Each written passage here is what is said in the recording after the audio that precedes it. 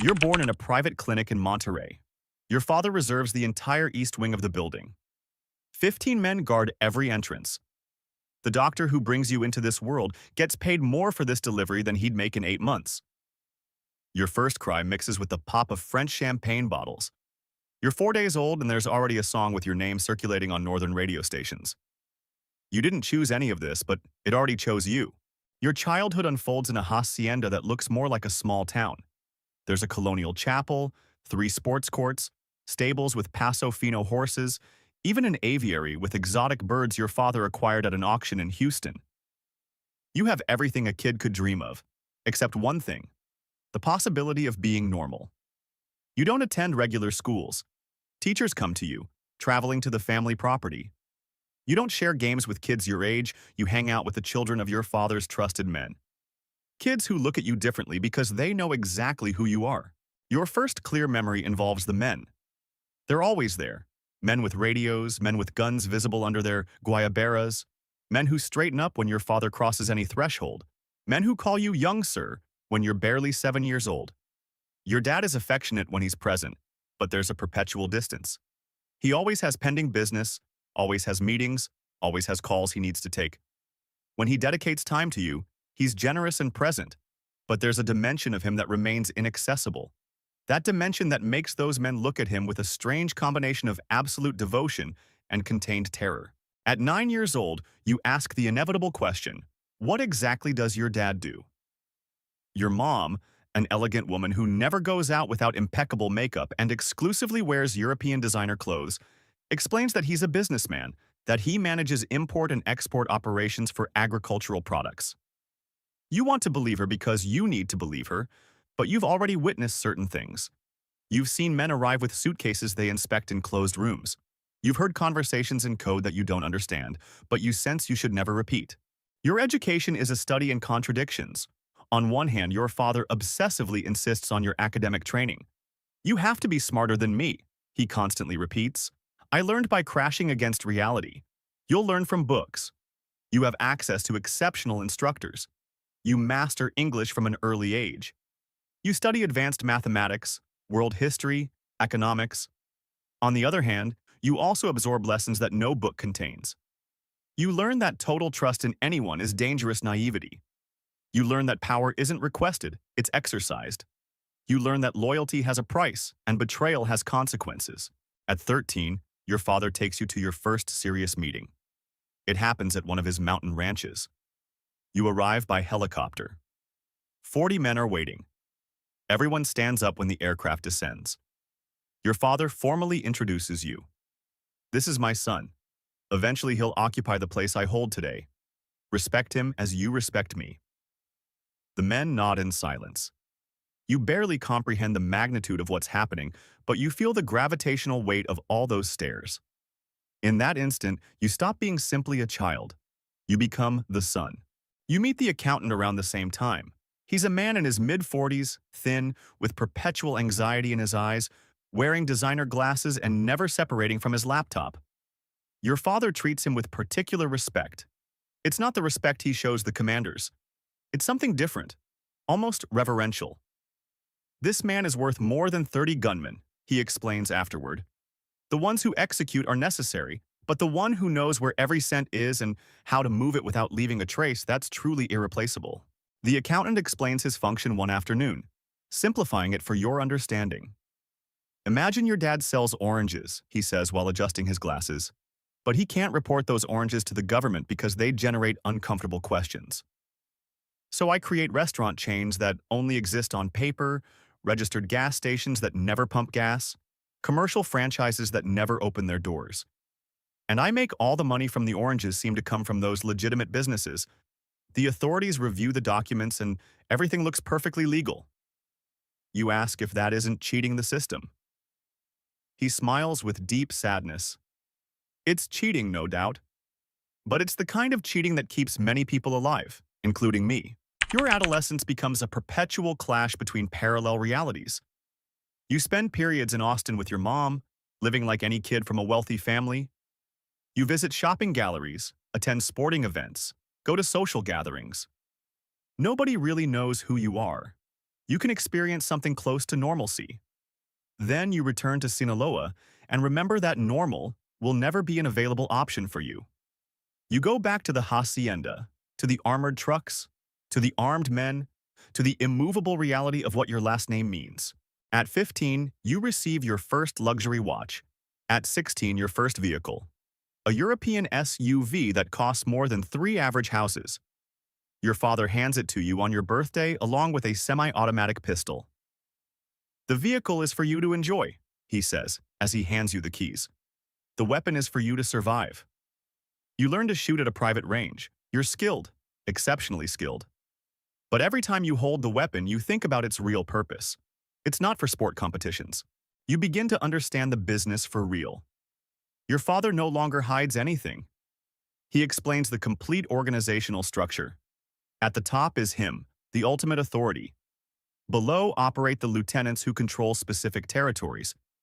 Each territory has operational cells that move product.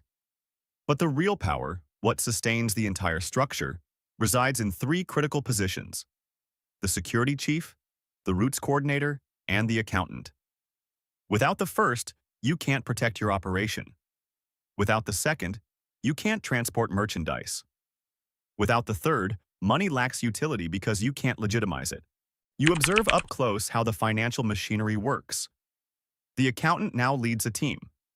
6 people work in a discreet office in Mexico City. They look like regular employees of an accounting firm, and technically they are. But their real job consists of transforming millions in cash into legitimate assets. They acquire hotel businesses, fuel franchises, restaurant chains. They create export and import companies. They move money through 20 different jurisdictions before it returns to the country. It's a financial choreography so complex that even tax authorities lose track. Your father teaches you about the balance between respect and fear. You earn respect by being fair and generous. You earn fear by being relentless when the situation requires it. You need both in exact proportion. Only respect and they perceive you as weak. Only fear and they betray you as soon as they detect an opportunity. At 19, your father sends you to study business administration at a private university in Guadalajara. It's your official identity. Officially, you're a regular student from a prosperous family. You have classmates, attend social events. You even have a girlfriend who believes your family is in agricultural commerce. But there are always 2 discreet bodyguards 50 meters away. Your truck is armored, though it doesn't look it. You constantly change routes.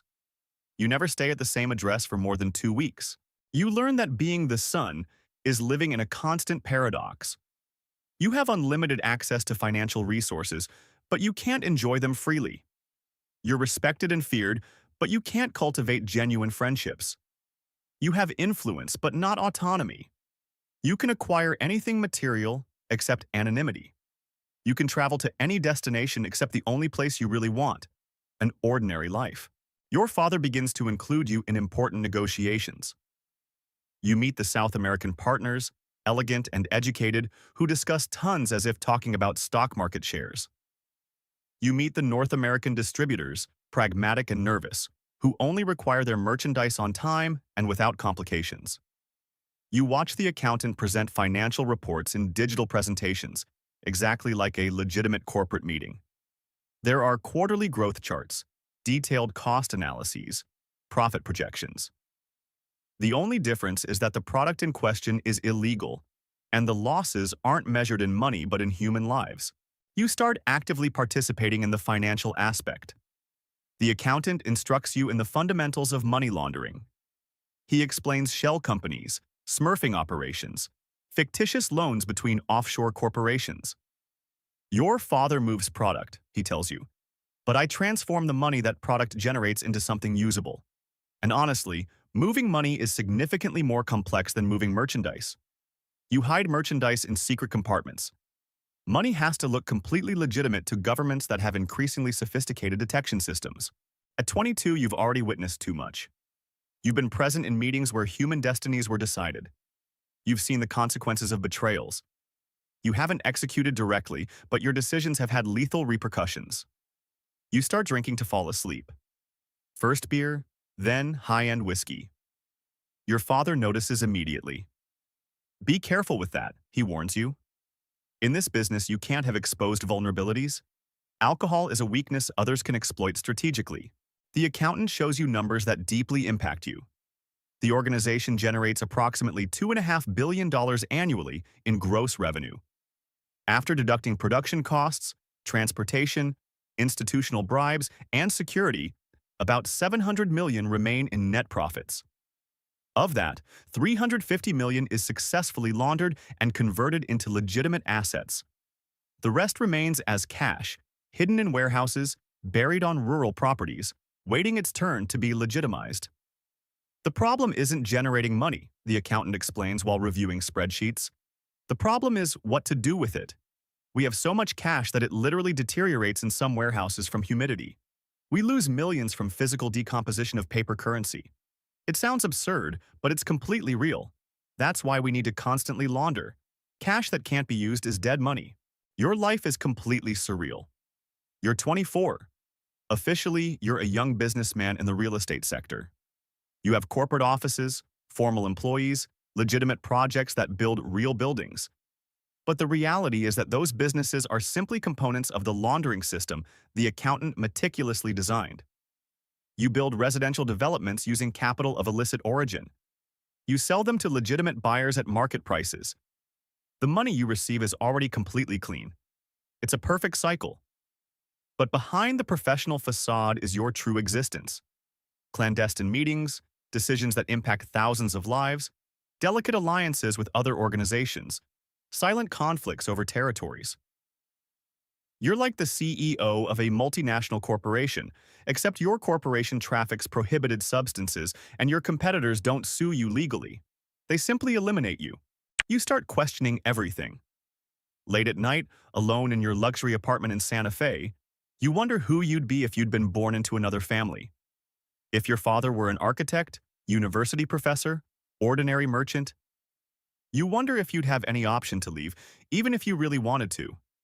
The answer is obvious. No. You were born into this, and you'll die in this. Your last name is simultaneously your identity, your power, and your perpetual prison. The accountant shares your existential despair. One night, after too many glasses of cognac, he confesses, "You know what's most painful? That I'm genuinely brilliant. I could have been CFO of a multinational corporation. I could have taught at the world's best universities. Instead, I use my talent to help introduce illegal substances into the neighboring country. And I can't even quit because I know too much. I'm trapped." You watch your father age prematurely. He's 53 but looks 65. Chronic stress, constant paranoia, permanent threats. He's survived 5 assassination attempts. He's seen almost all his childhood friends die. He's still extremely powerful, but the cost of power is etched in the deep wrinkles of his face and in the way he inspects every space before entering. You realize this is your inevitable future. Maybe you'll have 10, 15, 20 more years of influence and power. Then, if you have extraordinary luck, you retire before they eliminate you. If you don't have luck, you end up executed or in a maximum security prison in another country. There are no happy endings in this business. There are only less terrible endings, and the least terrible ending is living long enough to see your own son eventually enter the business, perpetuating the endless cycle. You're the boss's son. You were born in a palace that's simultaneously a prison. You have absolutely everything except genuine freedom. You're feared and respected, but never truly known. You constantly live surrounded by people, but completely alone in essence. And every day you survive is simply another day in a sentence that began exactly the day you were born and will inevitably end the day you die. This is your immovable truth. You're heir to an empire built on human suffering. You're prisoner of a last name worth millions, but that costs absolutely everything. And the darkest part is that you don't even know for certain if you want to escape anymore, because this is literally all you know. This is your world. And in this deeply twisted world, you're prince of a kingdom nobody in their right mind would want to inherit.